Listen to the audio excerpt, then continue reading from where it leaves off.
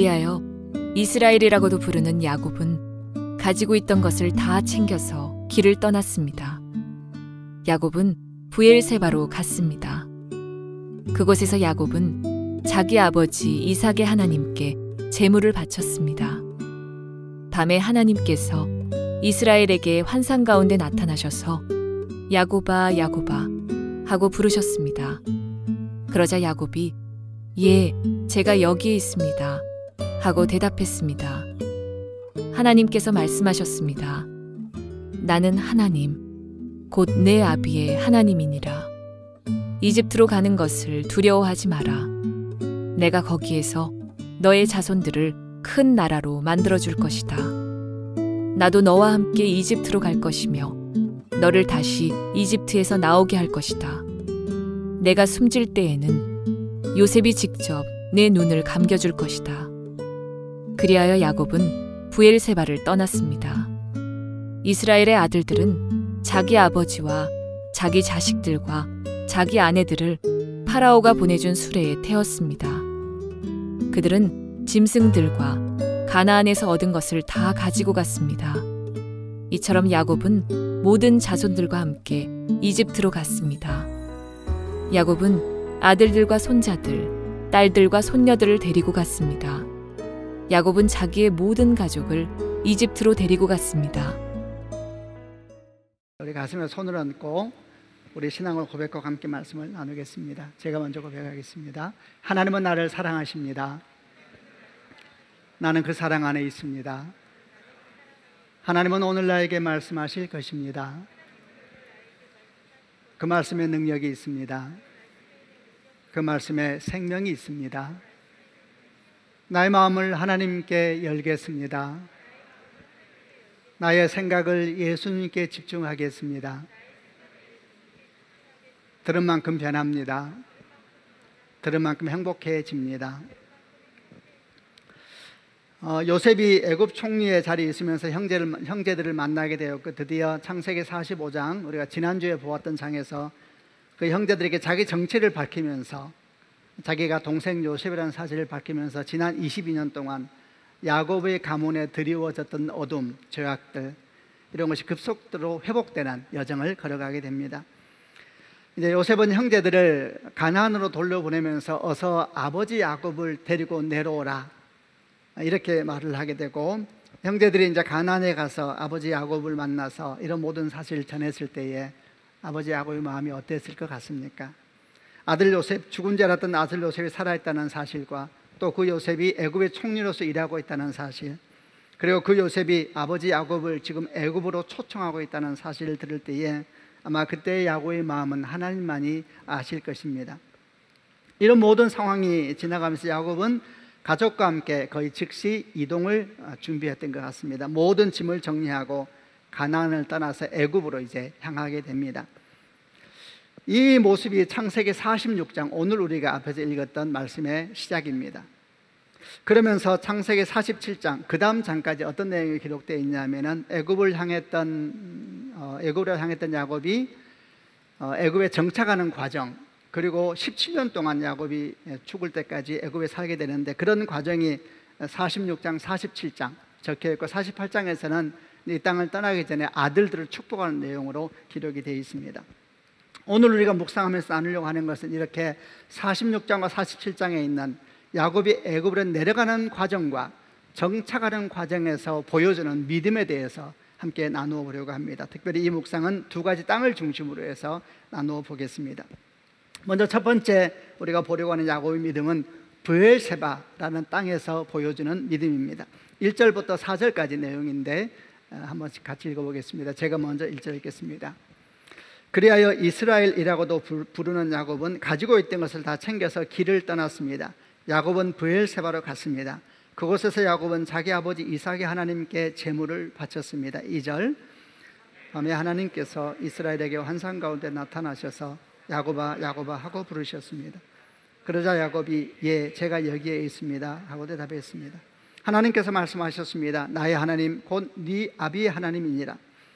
나는 하나님 곧 네 아비의 하나님이니라. 이집트로 가는 것을 두려워하지 마라. 내가 거기에서 너희 자손들을 큰 나라로 만들어 줄 것이다. 4절, 나도 너와 함께 이집트로 갈 것이며 너를 다시 이집트에서 나오게 할 것이다. 네가 숨질 때에는 요셉이 직접 네 눈을 감겨줄 것이다. 야곱이 아들 요셉을 만나기 위해서 이제 애굽으로 내려가고 있는 중이었습니다. 애굽에 가까워질수록 야곱의 마음은 아마 더 설레지 않았겠습니까? 아니, 설렜다는 말보다는 오히려 떨리지 않았을까 싶습니다. 죽은 줄만 알았던 아들, 꿈에서도 잊은 적이 없었던 그 사랑하는 아들 요셉을 곧 만날 수 있다고 생각하니까 노년의 야곱의 심장이 어떻게 잠잠할 수가 있었겠습니까? 아마 감당할 수 없이 떨리지 않았을까요? 애굽으로 내려가면서 아마도 야곱은 요셉을 먼저 만나고 온 아들들에게 계속해서 이런저런 내용을 물어보았을 것 같습니다. 건강해 보이더냐? 어디 아프거나 힘들어 보이지는 않더냐? 너희들이 야곱의 집에서 함께 식사를 했다 그랬는데 음식은 어떻게 나오더냐? 집은 괜찮더냐? 혹시라도 야곱의 아내나 자식들을 보지는 못했느냐? 생각해보면 야곱의 마음에는 요셉은 여전히 17살 소년으로 남아 있었을 것입니다. 그런데 이제 그 소년이었던 요셉이 39살이 되어서 22년의 세월이 지났으니까 39살이나 되었으니까 얼마나 궁금했을까요? 이런저런 생각에 애굽에 가까워질수록 그야말로 떨리는 마음 감당할 수가 없었을 겁니다. 그런데 이렇게 가다가 드디어 브엘세바라고 하는 땅에 도착을 하게 됐습니다. 브엘세바는 가나안, 약속의 땅 가나안과 애굽 땅의 경계에 있는 지역입니다. 이 땅만 지나면 이제 광야로 들어가게 되니까 사실 이 땅을 지나면 애굽으로 가는 것이다, 이렇게 말해도 되는 것입니다. 그리고 그 애굽 땅은 어떤 곳입니까? 이제는 아들 요셉이 다스리고 있는 땅입니다. 어쩌면 지금 야곱의 마음에는 가나안 땅보다 더 밟고 싶은 땅이 아들 요셉이 다스리고 있는 애굽 땅이 아니었을까요? 그런데 갑자기 야곱이 걸음을 멈추는 것입니다. 조금만 더 가면 이제 애굽 땅인데 브엘세바에서 멈춰선 겁니다. 여러분, 왜 멈췄을까요?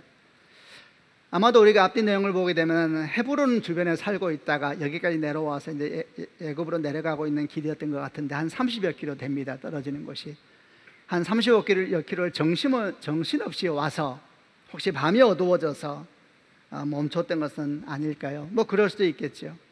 혹시 그게 아니라면 너무 정신없이 오다 보니까 몸도 지치고 힘들어서 다들 좀 쉬면서 힘을 보충하자, 이런 마음으로 브엘세바에서 멈춘 것은 아닐까요? 그럴 수도 있었겠죠.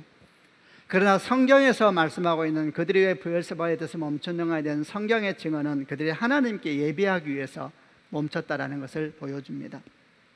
여기에서 이제 우리의 질문과 묵상은 시작됩니다. 왜 갑자기 야곱은 멈춘 것일까? 그리고 하필이면 그가 멈춰서 하나님께 예배한 땅이 브엘세바였는데 혹시 이 브엘세바라는 땅에서 그가 멈춰서 하나님께 예배한 것이 우리에게 무엇인가를 말씀하고 있는 것은 아닐까라는 질문, 또 묵상의 주제입니다. 사실 이 질문에 대한 답은 대단히 쉽고 명확하게 할 수가 있습니다. 그것은 브엘세바가 야곱이 잊어버리고 있었던, 아니면 야곱 안에 잠자고 있었던 그의 믿음을 깨우는 땅이었기 때문에 그랬습니다. 이게 무슨 의미인지 조금 더 나눠보겠습니다. 지금 야곱은 죽은 줄 알았던 아들 요셉의 초청으로 애굽으로 내려가고 있습니다. 그런데 사실 이 요셉의 초청은 그 내용을 볼 때에 대단히 위험한 내용을 포함하고 있었습니다. 요셉이 초청한 내용이 무엇이었습니까? 초청의 당사자가 죽은 줄 알았던 아들 요셉이라는 사실, 이게 아주 특별한 사실이었지만 이 내용을 잠깐 내려놓고 본다면 그 내용만 보면 이랬습니다. 내용이 뭐냐 하면은 가나안에 큰 기근이 시작되었는데 앞으로 5년은 더 갈 것입니다. 그러므로 거기에 있으면 죽습니다. 내가 지금 총리로 있는 애굽 땅은 풍성한 식량이 있으니 기근을 피하여서 빨리 애굽으로 내려오십시오 라는 것이 아들 요셉이 보낸 초청의 내용이었습니다. 근데 이 내용이 야곱의 집안, 야곱의 가문, 아브라함과 이삭과 또 야곱까지 흐르는 그런 야곱의 가문의 믿음의 여정에서 볼 때 대단히 경계해야 되는 내용이었다는 것입니다. 아마 여러분은 기억하실 것입니다. 일찍이 할아버지 아브라함이 약속의 땅에 큰 기근이 임하였을 때에 그 기근을 피하여서 풍성한 땅이라고 생각되어졌던 애굽으로 내려갔던 적이 있었습니다. 그 내용은 창세기 12장에 잘 나와 있었는데 그때 그로 말미암아 어떤 일이 생겼습니까? 기근을 피해 애굽으로 내려간 아브라함은 큰 수치를 당하고 쫓겨나듯이 약속의 땅으로 다시 올라와야만 했었습니다. 왜냐하면 그가 애굽을 가면서 아내를 바라보면서 이런저런 생각이 번잡해지면서 아내를 말미암아 내가 큰 해를 당할지 모르겠다 이렇게 생각하여서 아내를 누이라고 속이게 되었고, 그것 때문에 사라가 바로 왕의 아내가 되어버릴 수 있는 상황이 급진전되지 않았습니까? 그때 하나님께서 개입하셔서 이 사실을 바로에게 말하지 않았다면 아브라함의 아내 사라는 왕비가 되어버렸을 것입니다. 이것은 대단히 위험한 일이었는데 곧 이것이 탄로나게 되어서 다행히 그 더 큰 위기까지 가려졌지만 이게 잘못되면 가문이 몰살될 수도 있는 사실 위기였습니다. 생각해 보십시오. 만약 하나님의 개입이 없었다면 아브라함의 아내 사라가 바로왕의 왕비가 됐을 터인데, 그 뒤에 사실은 이 여인이 남편이 있는 여인이었고 그 남편이 속인 것이다 라는 것이 밝혀지게 되면 어떻게 그 집이 유지가 될 수 있겠습니까? 다 죽는 것입니다. 근데 하나님께서 개입하여 주셔서 그들을 살리셨지만 사실 그 과정에서 그는 큰 수치를 당했던 경험이 있었습니다. 아브라함은 뭘 배웠겠습니까? 약속의 땅에 머문다는 것은 그들의 신앙의 핵심이라는 것을 배웠을 것입니다. 아무리 어려워도 약속의 땅을 함부로 벗어나는 것이 아니다, 이걸 배우지 않았겠습니까? 그런데 창세기 26장을 가게 되면 다시 아주 비슷한 일이 그 아들 이삭의 때에 한 번 더 일어나게 됩니다. 그때도 문제는 기근이었습니다. 또 배고픔이 온 겁니다. 그러자 아버지 이삭, 아브라함의 아버지 이삭, 아브라함의 아들이요 야곱의 아버지인 이삭이 그의 아버지 아브라함이 가졌던 교훈을 기억하지 못하였는지 그도 아브라함처럼 기근이 온 약속의 땅을 떠나서 풍성한 식량이 있다고 전해지는 애굽으로 내려가기 위하여서 블레셋 땅 그랄까지 가게 되었습니다. 다행히 하나님께서 이삭이 애굽으로 가기 전에 꿈에 나타나셔서 이 걸음을 멈추게 하셨습니다. 그때 뭐라고 하셨습니까? 애굽으로 가지 말고 내가 네게 지시하는 땅에 너는 머물러야 한다, 이렇게 말씀했습니다. 그러나 이때에도 이삭이 이 말씀을 듣자마자 빨리 약속의 땅으로 돌아가야 되는데 돌아가지 않고 블레셋 땅 그랄에 계속 머물면서 또 무슨 일을 당합니까? 수치를 당합니다. 그도 아버지 아브라함처럼 아내를 또 누이라고 속이면서 수치를 당할 뿐만 아니라 그랄 땅에 오면서 얼마나 많은 어려움을 겪었는지는 창세기 26장에 잘 나와 있었습니다. 이렇게 할아버지, 아버지 때로부터 계속 오면서 그 집안에 아주 중요하게 흐르는 영적인 교훈이 있었습니다. 약속의 땅을 벗어나는 것이 아니다. 약속의 땅에 아무리 기근이 오더라도 하나님을 믿으면서 걸어가야지, 그거 피하겠다고 바람결에 들려오는 애굽의 풍성함을 쫓아가면은 네 인생에 큰 수치가 올 것이다, 이런 것들이 야곱의 집안에 흘러오는 믿음의 중요한 유산이었습니다. 그런데 창세기 46장에 이르러서 지금 야곱에게 아주 또 할아버지와 아버지가 겪었던 상황이 비슷하게 펼쳐지기 시작합니다. 또 기근이 온 겁니다. 문제는 기근입니다. 또 기근이 온 겁니다. 그러자 거기에 겹쳐져서 죽은 줄 알았던 아들 요셉이 그 사이에 나타나게 되면서 아직 큰 흉년이 5년이 남았으니까 약속의 땅을 떠나서 풍성한 애굽 땅으로 내려오라, 이렇게 초청을 한 겁니다. 여러분 보십시오. 아주 비슷한 것입니다. 다 기근이 문제이고 다 이를 피하려고 약속의 땅을 떠나서 애굽으로 내려가려고 하는 비슷한 패턴을 보여주고 있는 것입니다. 이런 상황이 지금 야곱에게 주어진 초청의 내용이었습니다. 그럼 야곱이 어떻게 반응해야 되겠습니까? 최소한 하나님께 물어야 하는 것입니다. 하나님, 이 초청이 옳은 것입니까? 이 초청이 하나님 주님 보시기에 선한 것입니까? 이렇게 물었어야 되는 것이죠. 그런데 야곱은 묻지 않습니다. 요셉의 초청을 받자마자 죽은 아들이 살아났다는 소식에 너무나 기뻐서였는지 몰라도 할아버지 때부터 내려오던 믿음의 교훈은 다 잊어버리고 정신없이 짐을 챙기기 시작합니다. 이미 몸을 애굽으로 돌려버립니다. 그리고 헤브론 땅에 출발하여서 이제 막 애굽을 향해서 걸어가고 있는 중이었습니다. 그런데 이런 야곱이 브엘세바에 들어서자 갑자기 뭔가가 생각났었는지 몰라도, 무언가를 생각했는지는 몰라도 그 걸음을 멈추더니 하나님께 제단을 쌓고 예배를 드리게 된 겁니다. 그러면 그 제단을 쌓고 예배를 드리면서 하나님께 무슨 기도를 드렸을까요? 그 내용을 우리가 유추해 볼 수 있는 단서가 있습니다. 그건 뭐냐 하면 이 제단 예배를 드리고 난 다음에 그날 밤에 하나님께서 야곱에게 나타나셔서 말씀을 하시는데 이런 말씀을 하셨습니다. 애굽으로 가는 것을 두려워하지 마라. 네가 그곳에서 큰 민족을 이루게 될 것이다. 그리고 내가 반드시 너를 다시 약속의 땅으로 데리고 올 것이다. 네 아들 요셉이 네 눈을 감겨줄 것이다. 이렇게 주님께서 말씀하세요. 이러보건대 야곱이 브엘세바의 제단을 쌓고 하나님께 예배를 드릴 때에 했던 기도의 내용이 분명히 조상 때부터 내려왔던 약속을 기억하면서 하나님께 진지하게 물었던 것 같습니다. 내가 지금 약속의 땅을 벗어나서 애굽으로 내려가고 있는 하나님 아버지, 내 할아버지의 영적 유산, 내 아버지의 영적 유산에서 볼 때 이것은 너무나 위험한 행동입니다. 이것이 옳은 것입니까 주님? 어쩌면 그 밤에 주님 앞에 진지하게 야곱이 물었지 않았을까 싶습니다. 지금까지 얘기해온 것처럼 사실 이 질문은 출발하기 전에 해야 되는 질문입니다. 요셉의 초청을 받자마자 그 초청이 너무나 그 집안에서 경계하고 있는 내용이었기 때문에 출발하면 안 되고 받자마자 사실은 해야 될 질문이었던 것입니다.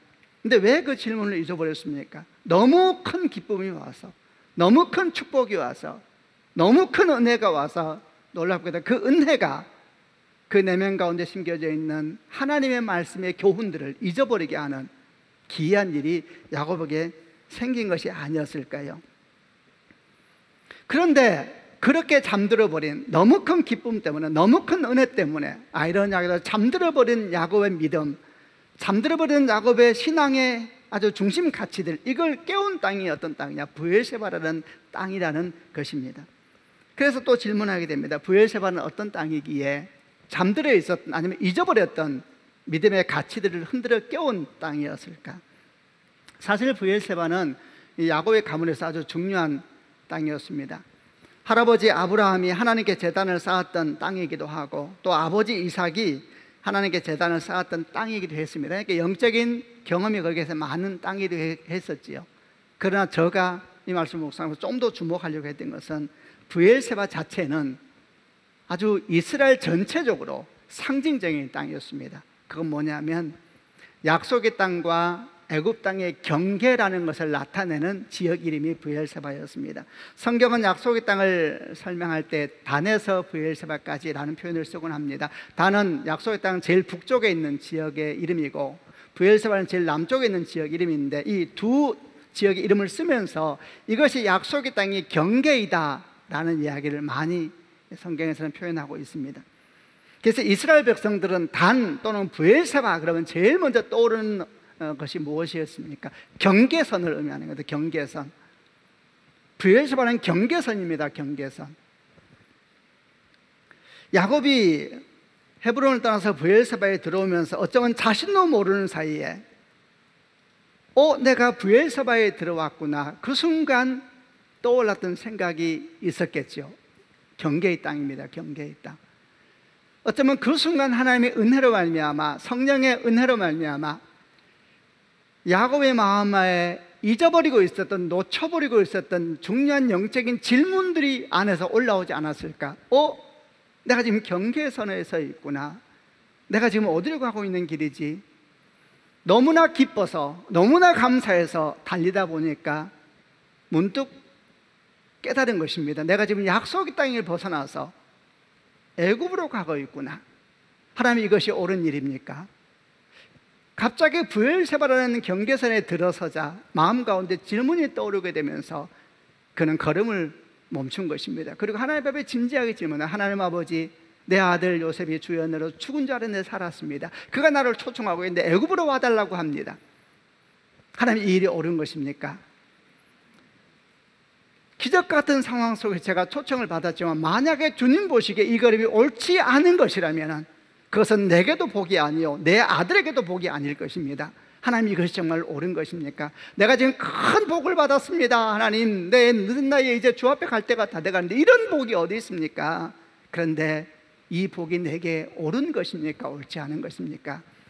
만약에 주님 보시기에 선하지 않다면 저는 거부합니다. 왜냐하면 그 복은 당장 복에는 복일지 몰라도 진정 내 인생의 복이 될 수 없고 내 자녀의 복도 될 수 없으니 주님, 주의 뜻을 나에게 알려주십시오. 어쩌면 이런 기도를 여러분 브엘세바에서 드리지 않았을까요? 여러분, 이것이 오늘 특별히 묵상하고 있는 야곱의 삶에서 브엘세바라는 땅이 가지고 있는 영적인 위치입니다. 여러분, 축복합니다. 이런 브엘세바가 여러분 가운데 있기를 주님의 이름으로 축복합니다.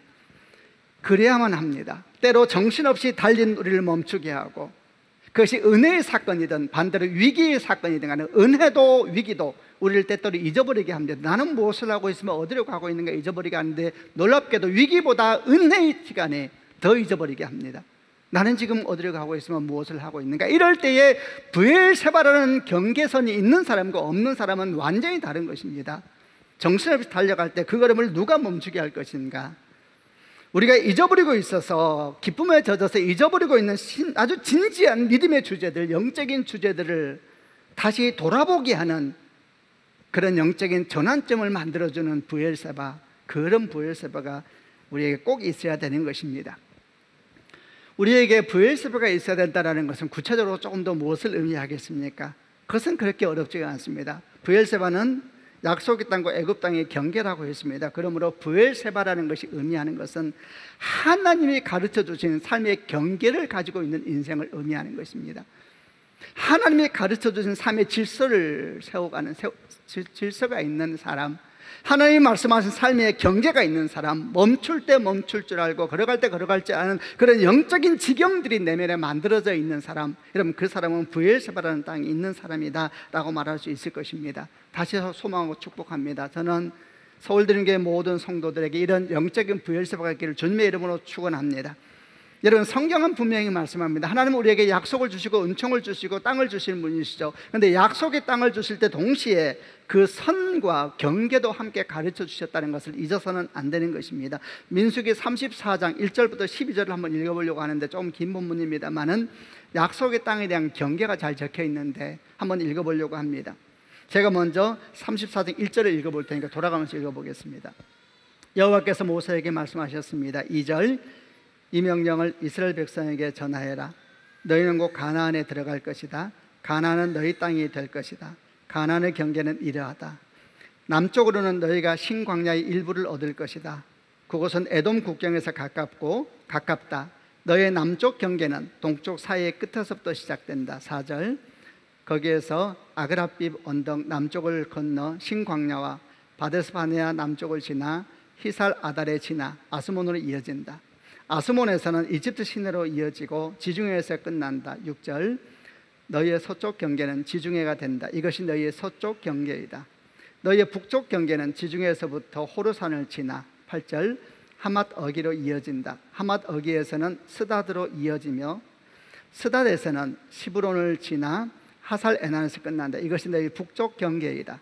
10절, 너희의 동쪽 경계는 하살 에난에서부터 스밤을 지나 아인 동쪽을 지나 리블라로 이어진다. 리블라에서는 긴네렛 바다 동쪽 산악지대를 지나 이어지며 12절, 거기에서 다시 요단강을 따라 내려가다가 사해에서 끝난다. 이것이 너희 나라의 사방 경계이다. 굉장히 여러 지역이 등장을 하는데 이 지역 이름은 하나도 몰라도 됩니다.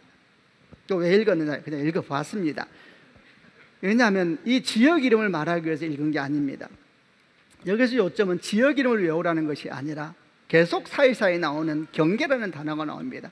너희의 동쪽 경계이다. 너희의 서쪽 경계이다. 너희 남쪽 경계이다. 너희 북쪽 경계이다. 여러분, 경계가 없는 약속의 땅은 없는 것입니다. 경계가 없는 약속의 땅은 없습니다. 하나님께서 아담과 하와에게 은총을 베푸시기 위하여서 창세기 2장을 보게 되면 에덴 동산을 만드셨습니다. 에덴이라는 말은 기쁨이라는 뜻이라면 동산으로 번역된 히브리어는 그 어원의 원래 울타리를 치다라는 어원을 가지고 있습니다.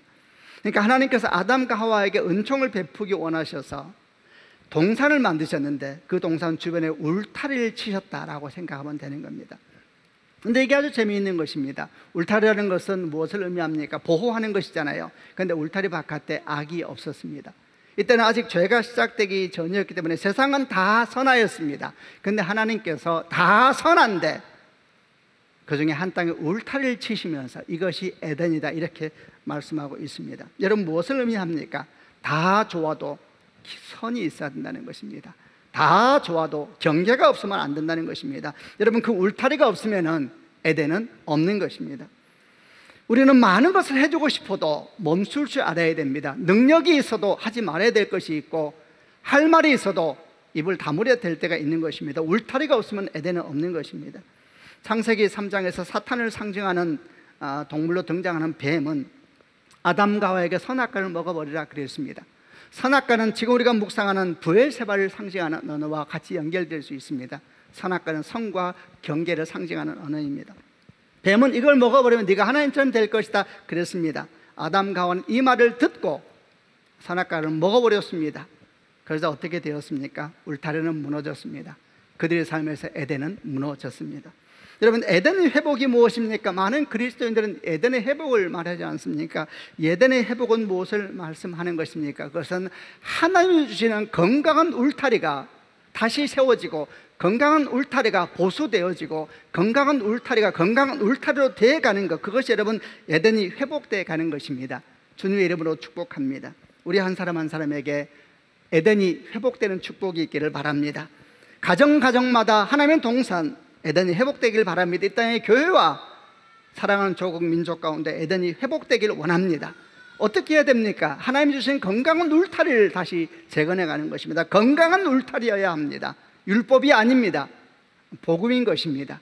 건강한 하나님의 말씀으로 하나하나 울타리를 만들어서 건강한 하나님의 나라, 건강한 가정, 건강한 인생을 하나하나 만들어갈 때에 여러분, 그곳에 에덴이 시작되는 것입니다. 사실 우리는 지금 이렇게 예배를 하고 있는 우리는 오늘도 그 하나님의 건강 울타리를 만드는 일을 하고 있는 중입니다.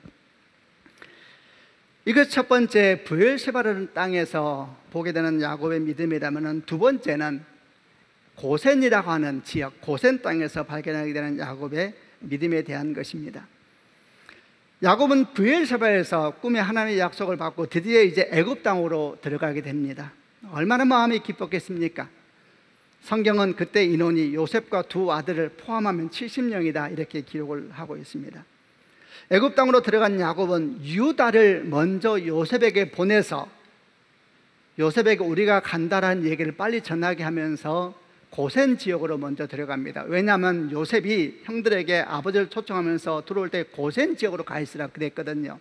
유다를 먼저 보내서 요셉에게 아버지가 지금 고센 지역으로 가고 있다 이렇게 말을 전하자 요셉이 서둘러서 빨리 마차를 타고 만나기로 한 고센 땅, 고센 지역으로 올라가게 됐고 드디어 아버지 야곱을 만나게 되었습니다. 성경의 기록을 보게 되면 이때의 내용이 46장 28절부터 34절에 나옵니다. 요셉의 아버지 야곱을 보자 성경이 기록하기를 그 목을 껴안고 오랫동안 울었다 그랬습니다.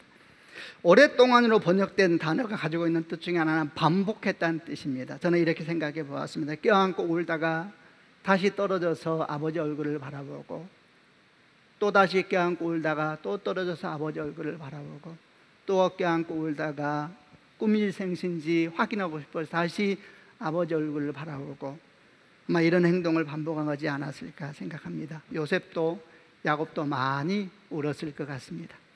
그런데 이런 눈물이 상봉이 끝나자마자 요셉이 형과 아버지 야곱에게 바로를 만나게 해줄 터인데, 바로를 만났을 때 어떻게 소개해야 되는가에 대해서 이야기를 해주는데 그 내용이 참으로 기가 막힌 내용이었습니다.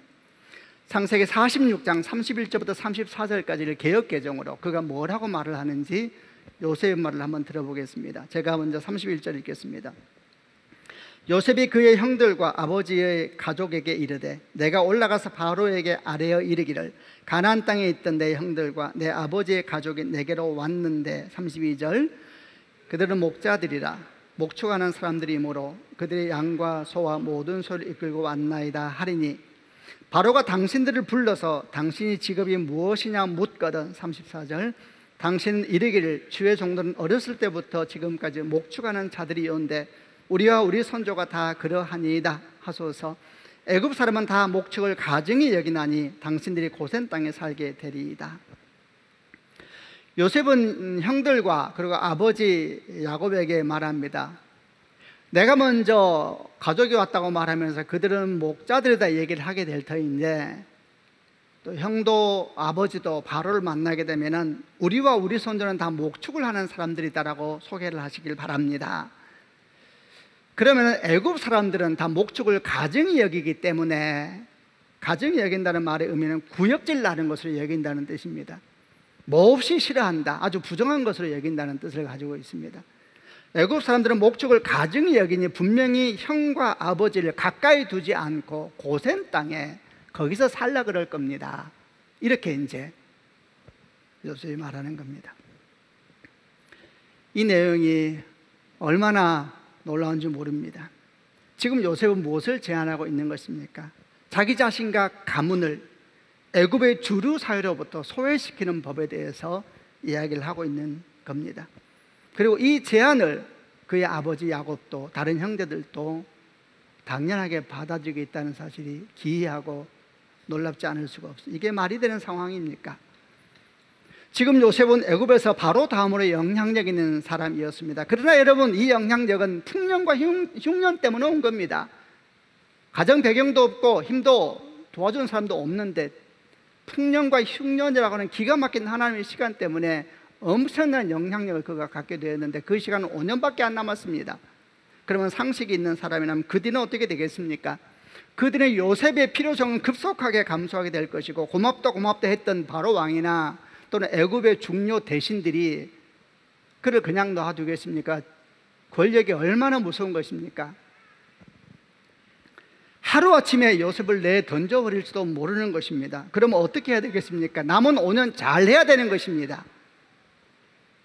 그동안 요셉이 자기 자리를 굳건히 해서 그 뒤에 흉년이 끝나도 다른 사람이 감히 자기를 건들 수 없을 만큼 대단한 사람으로 만들어 놔야 되는 것입니다. 단순히 풍년 때 거둔 식량 관리하는 정도의 사람이 아니라 그 식량으로 사람을 다 내 편 만들고, 이거 하나도 어려운 게 아니죠. 힘이 있을 때 해야죠. 다 내 편 만들고 애굽의 영향력 있는 사람들을 다 가까이 만들어서 바로 왕도 함부할 수 없는 인생이 돼야지요. 그게 요셉의 미래를 보장하는 것이지 않습니까? 그러면 아버지 야곱이나 요셉이나 형제들이 어떻게 되겠습니까? 잘해야지요. 이상한 소리 하지 말고 이상한 행동하지 말고 모두 힘과 지혜를 다 모아서 함께 5년 뒤를 준비해야죠. 요셉이 주류 사이에 딱 자리를 잡아야지 집안이 주류가 되는 거잖아요. 그런데 이런 상황에서 요셉이 애굽 사람들이 가증히 여기는 방법을 가증히 여기는 걸 먼저 가르쳐 주면서 그렇게 말하고 그렇게 행동하라는 겁니다. 이건 진짜입니다. 진짜 요셉은 진짜입니다. 그는 정말 애굽의 영광을 꿈꾸는 사람이 아니었습니다. 어떻게 이럴 수가 있었을까요? 그랬다면 절대 이렇게 행동하지 않았을 것입니다. 그는 자신이 하나님의 사람이라는 인식을 절대적으로 하고 있었습니다. 어떻게 이럴 수가 있었을까요? 그의 소망은 이 대단해 보이는 애굽에 있었던 것이 아니라 부족해 보이고 힘들어 보여도 하나님이 주신 약속이 있다는 것, 하나님에게 그의 소망이 있다는 걸 분명히 하고 있는 겁니다. 그런데 이런 요셉의 제안을 받아들이는 아버지는 더 기가 막힙니다. 이게 요셉이 그의 말년을 우리에게 주고 있는 감동적인 믿음입니다. 여러분, 얼마나 많은 부모들이 자녀 문제에 있어서 균형을 잃어버리는지 모릅니다. 자녀가 세상에서 성공하고 좀 더 편안한 삶을 살 수만 있다면 신앙도 너무 쉽게 타협해버리고 멀리해버립니다. 그러나 야곱은 정말 다르게 나타납니다. 자신들이 목축을 하고 있다는 걸 밝히면 바로와 애굽 사람들에게 무시를 당할 것이고, 그럼 분명히 아들 요셉에게 부정적인 영향이 미치는 것은 명약관하였습니다. 별로 신분도 가진 것이 없는 아들이 집안 내력까지 엉망이라는 걸 알게 되면 그 아들의 미래가 있겠습니까? 그러면 아버지라면 아들을 위해서라면 목숨을 걸고 막아야지요. 그래서 요셉이 애굽 사람들이 가증히 여긴 일을 하라 그랬을 때에 그러면 야곱이 어떻게 행동해야 되겠습니까? 여러분은 어떻게 하겠습니까? 아버지들이요, 어머님들이요. 소리를 지르면서 요셉한테 말해야지. 너 지금 무슨 소리를 하는 것이냐? 네가 지금까지 총리가 되기 위해서 얼마나 고생을 했을까 생각하면 내가 자다가도 벌떡벌떡 일어난다. 이런 얘기 들어보셨어요? 자다가도 벌떡벌떡 일어난다. 내가 너를 생각하면 눈물이 강을 흐르고, 그런데도 불구하고 네가 이렇게 총리까지 됐으니 내 마음은 정말 감당할 수가 없는데, 근데 지금 너 무슨 소리를 하는 것이냐? 우리 보고 너의 장래를 막으란 말이냐? 말도 안 되는 소리를 하지 마라. 우리는 절대 네 인생에 장애물이 안 될 것이다. 계속 그런 소리 하면 우리 가난 돌아갈 거다. 굶어 죽을지언정 네 인생에 장애물이 될 수는 없다. 여러분, 이래야지 정상이지 않습니까? 어머님들이요, 아버님들이요. 여러분은 어떻게 했을 것 같습니까? 근데 아들 요셉도 아버지 야곱도 고센 땅에 살고 싶어 합니다. 그들은 애굽의 영광이 아니라 구별됨을 원했던 것입니다. 고센 땅을 소망하는 아버지를 바라보고 요셉을 바라보는데 정말 몸이 떨렸습니다. 청소년 사회 갈 때 만났던 여러 부모들이 생각이 났습니다. 그분들 중에는 자녀들이 믿음이 없으면 참 걱정을 많이 했었습니다. 그러다가 그 자녀들이 주님 만나서 믿음이 생기면 또 다른 걱정이 시작됐습니다. 너무 열심히 믿는 것 같다고 걱정을 하기 시작하더라고요. 그러나 사실 제가 볼 때 그 열심이라는 것은 아무것도 아니었습니다. 주일 안 빠지려고 하는 열심이었습니다. 학원 가는 시간, 주일 시간을 피하려고 하는 열심이었고, 방학 되면은 고3이어도 내가 가서 기도하고 수련회하고 오겠다는 그런 열심이었는데 부모가 될 때 너무 걱정이 많았습니다. 그래서 제가 배웠습니다. 아, 이게 부모구나. 부모는 자녀들이 적당히 믿기를 바라는구나. 적당한 거리에서 적당한 모습의 그리스도인이 되길 바라는구나. 딱 구원받을 만큼만. 그래서 모든 부모가 똑같은 기도를 하는 걸 알았습니다. 부모는 다 이렇게 기도하더라고요. 사랑하는 주님, 내 아들이 하나님에게도 존귀한 자요 사람에게도 존귀한 자가 되게 하여 주옵소서. 저는 여러분, 성도 여러분, 저는 여러분의 자녀가 하나님 앞에 존귀해지고 사람들 가운데도 소중히 여김을 받는 그런 자녀가 되기를 바랍니다. 아멘. 그러나 꼭 기억해야 됩니다. 하나님을 취하면 다 취합니다. 성경은 덤으로 주어지리라 그랬습니다. 그러나 덤을 취하면 하나님은 없습니다. 요셉도 야곱도 고센 땅을 소망하고 있습니다. 성도 여러분, 오늘 하루라도 이들이 믿음에 대해서 묵상하고 싶지 않습니까? 오늘 하루라도 어머님들이요 아버님들이요 고센 땅을 소망하는 아버지 야곱의 마음속으로 한번 들어가 보고 싶지 않습니까? 얼마나 부럽습니까? 우리는 알고 있습니다. 훗날 그 땅이 기정의 땅이 된다는 것을. 그 땅은 기적의 땅이 됩니다. 그 땅만이 다른 역사가 생깁니다. 여러분 알죠? 10가지 재앙이 온 애굽을 덮을 때 그 땅만이 다른 땅이 됩니다. 이때 야곱의 나이 130세였습니다. 그야말로 그의 인생 마지막을 향하고 있었죠. 그 마지막 때에 여러분에게 저에게 주는 아름다운 믿음의 모습을 보는 것입니다. 두 땅이 그에게 있었습니다. 첫째 그는 브엘세바라는 땅이 있었고, 두 번째 그는 고센 땅을 향한 소망이 그에게 있었습니다. 그리고 이 야곱을 통하여서 이스라엘이라는 민족이 시작되고, 이스라엘을 통하여서 우리 주 예수께서 오시고 그 예수님을 통하여 여러분과 제가 살게 되었습니다. 주의 은총이 여러분과 함께 하시기를 바랍니다. 아멘. 기도하십시다. 가슴에 한번 손을 얹어 보시길 바랍니다. 저는 여러분과 함께 두 땅에 대한 이야기를 했습니다. 첫 번째 땅은 브엘세바였습니다. 아마 부모들이라면 잘 알 겁니다. 애굽으로 내려오라는 아들 요셉의 초청을 받았을 때에 아마 그때부터 야곱은 정신을 잃어버렸을 겁니다. 내 아들, 내 아들, 내 아들, 내 아들, 죽은 줄 알았던 내 아들. 그리고 정신없이 애굽을 향해 내려갑니다. 근데 브엘세바에 들어서는 순간 갑자기 내 면에 뭔가가 툭 치고 들어왔습니다. 내가 약속의 땅을 떠나고 있네. 성도 여러분, 브엘세바가 있습니까? 주 앞에 기도하십시다. 하나님 아버지, 내 인생에 하나님의 울타리가 있게 하여 주옵소서. 하나님의 울타리가 없으면 에덴은 없습니다. 하나님, 우리 가정에 하나님의 울타리가 있게 하여 주옵소서.